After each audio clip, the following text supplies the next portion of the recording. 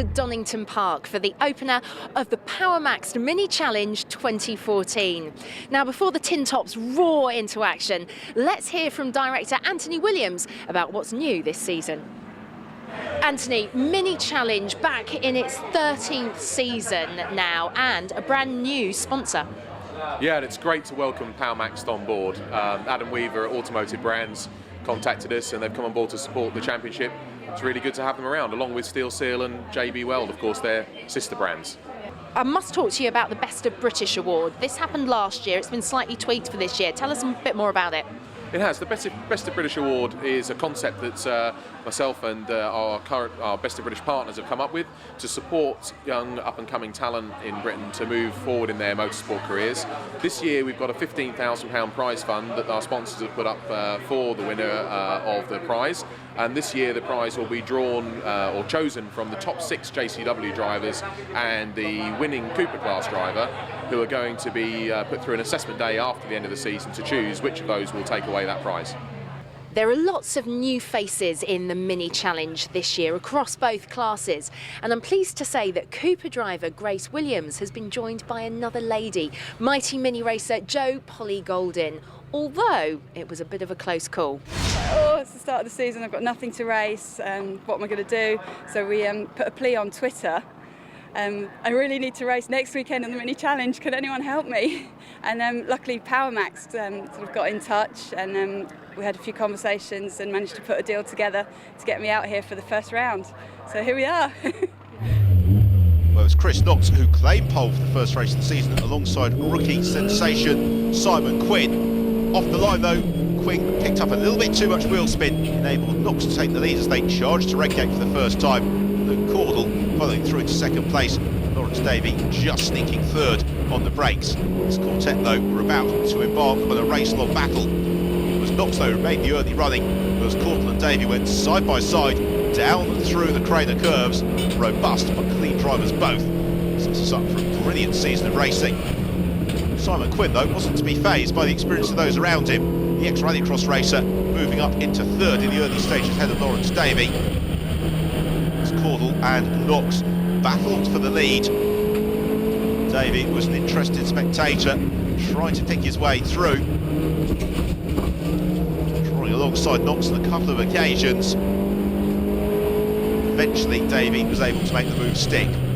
Former champion Knox was going to remain right on his tail. With racing being as close as it is, you sometimes have to try extra hard to get through, and Simon Quinn desperately late on the brakes into Coppice, slithering wide, and that enabled Knox to reclaim third position. Unfortunately into Redgate it got a little bit too close. Quinn and Knox collided, both of them plummeted back down through the order. So that enabled Luke Cordell to pull clear of Lawrence Davey for the victory. The Cooper class, as ever, produced some thrilling action. Shane Stoney broke clear up front. Josh Gollin and Gideon Cresswell had a very, very keenly contested battle for second, which was eventually decided in favour of Gollin on the line by just 44 thousandths of a second, with Cresswell completing the podium. So let's have a look then at the final results, with the win for Luke Cordell, second place Lawrence Davey, third Neil Newstead, and then Hamish Brandon, Mark Stewart and Simon Quinn complete the top 6. In the Cooper class, victory for Shane Stoney ahead of Josh Gollin and Gideon Cresswell. They might be small cars, but it's a monster grid for the season opener. Out in pole position for the Cooper class is last year's champ Shane Stoney, and for JCW, another former winner, Luke Cordell. So without further ado, let's go racing. Huge field of cars then for this opening meeting of the season for the PowerMax Mini Challenge. It's Luke Cordell who leads them off for race 2 ahead of Lawrence Davey and Neil Newstead and Hamish Brandon. On row 2, Chris Knox should fly from 10th. As ever, there's the gap in the grid between the JCW and Cooper class cars headed by Shane Stoney from Josh Gollin. Adrian Norman went well in race 1. He lines up 5th amongst the Cooper class runners, just ahead of Grace Williams. And then watch Ricky Page, very rapid, but he starts right at the back of the grid. Rolling start for the minis this time around, and who is going to get the jump from the line as we're about to go racing here at Donington Park. away we go. Who's it going to be? The black car of Caudle, the blue machine of Lawrence Davies. They charge towards Redgate for the first time, and it's Caudle who takes the immediate advantage from Davey in second. Then it's Neil Newstead who tips through in third ahead of Hamish Brandon, and then it's Mark Stewart next along with the bright red car of Simon Quinn. So the front of the pack all safely through Redgate. Oh, and we've got a spin for Adrian Norman though, and Chris Stoney makes contact with him. Disappointment for Stoney. Norman, I think, will continue. Chris may have picked up some suspension damage through that one. Meanwhile, the race leaders into the old hairpin for the first time. Luke Caudle being chased down by Lawrence Davey. As Adrian Norman rejoins the race. The pack making a magnificent sight. So many of the cars around the undulations of the Donington Park circuit. So through McLean's and on towards Coppice for the cars ahead of the JCW battle. In particular, Hamish Brandon, the red car, former star of the Cooper class, coming onto terms with Neil Newstead for third place. Likewise, the battle for the lead is getting very tight. Lawrence Davey closes on to the tail of Luke Caudle as they jink through the Roberts chicane and on to the start and finish straight, through to complete the lap. It means that Caudle plants the car in the middle of the road.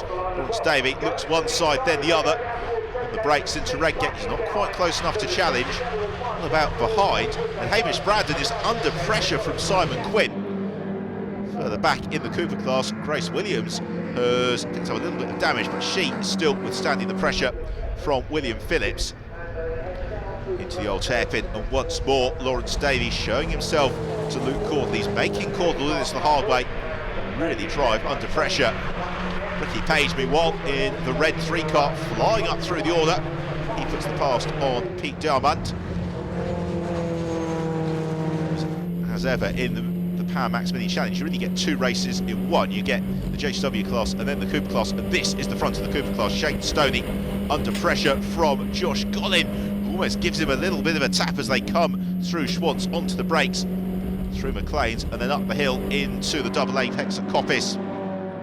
It's Martin Poole, unfortunately, off into the deep end, and that means that the safety car has come out. The pack will be bunched up. Welcome respite after the frenetic early stages.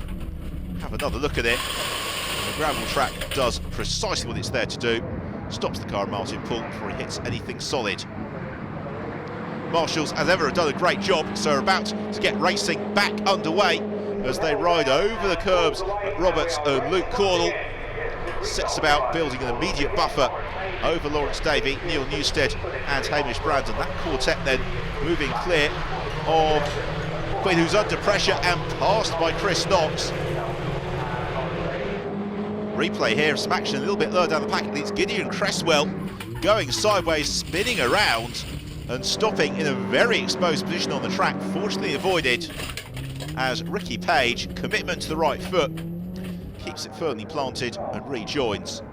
Back to the action, and it's still Caudle from Davey, and a gap opening up to Neil Newstead in third, who's a couple of car lengths clear, while of Hamish Brandon, who's now got Chris Knox right on his tail. A pair of them jinking through the Roberts chicane, accelerating on to the completion of another lap.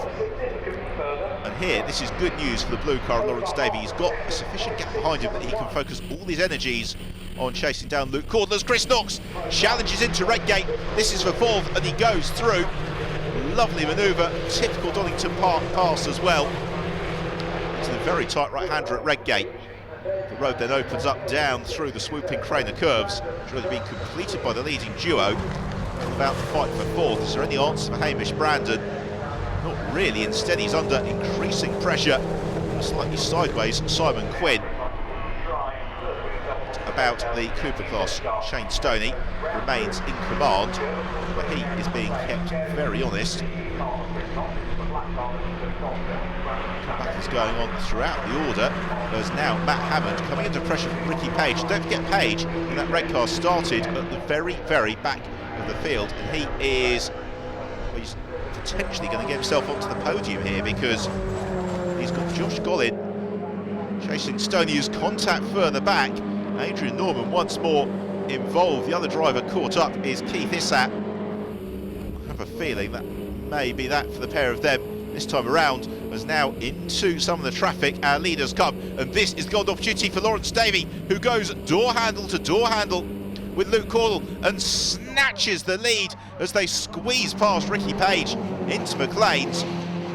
Now can Cordell come back at Davey? Well, Lawrence Davey, a former Legends racer, he knows a thing or two about holding his position.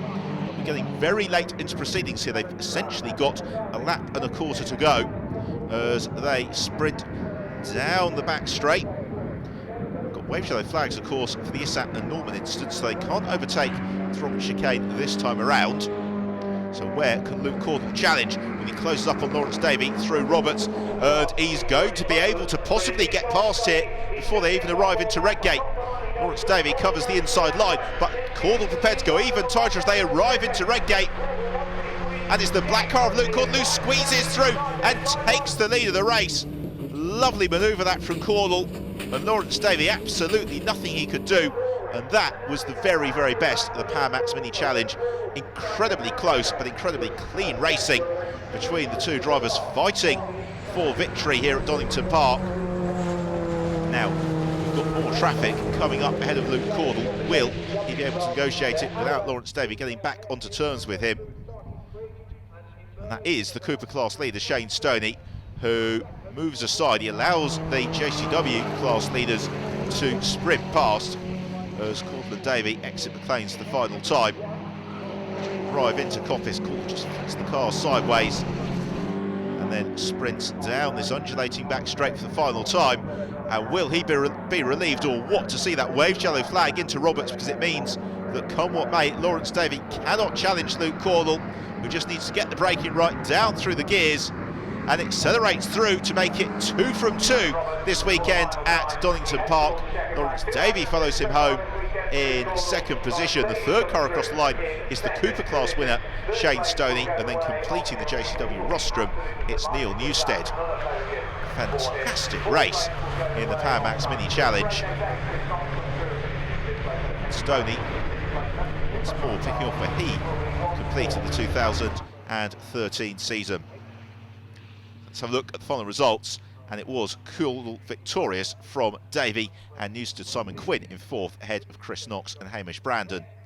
In the Cooper class, Shane Stoney winning it from a charging drive from Ricky Page, and Matt Hammond completing the podium. Yeah, Lawrence has really upped his game this year, and we had a really good clean race. He kept the pressure on pretty much through the whole race. The safety car gave me a bit of a breather, but yeah, a good move down into Redgate, got us back in the lead, and yeah, second win of the weekend.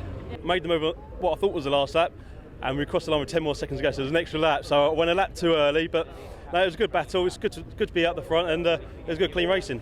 Really happy. You know, the car was fantastic. Has been all weekend really. Started from the back and just made my way through to second. We had a very good race. The car feels phenomenal. Just a big thank you to everyone who's made it possible. The guys were prepping the car all night. Go and rest. Some great racing so far in the Power Max Mini Challenge, and there's more to come from the Derbyshire track. So do join us after the break.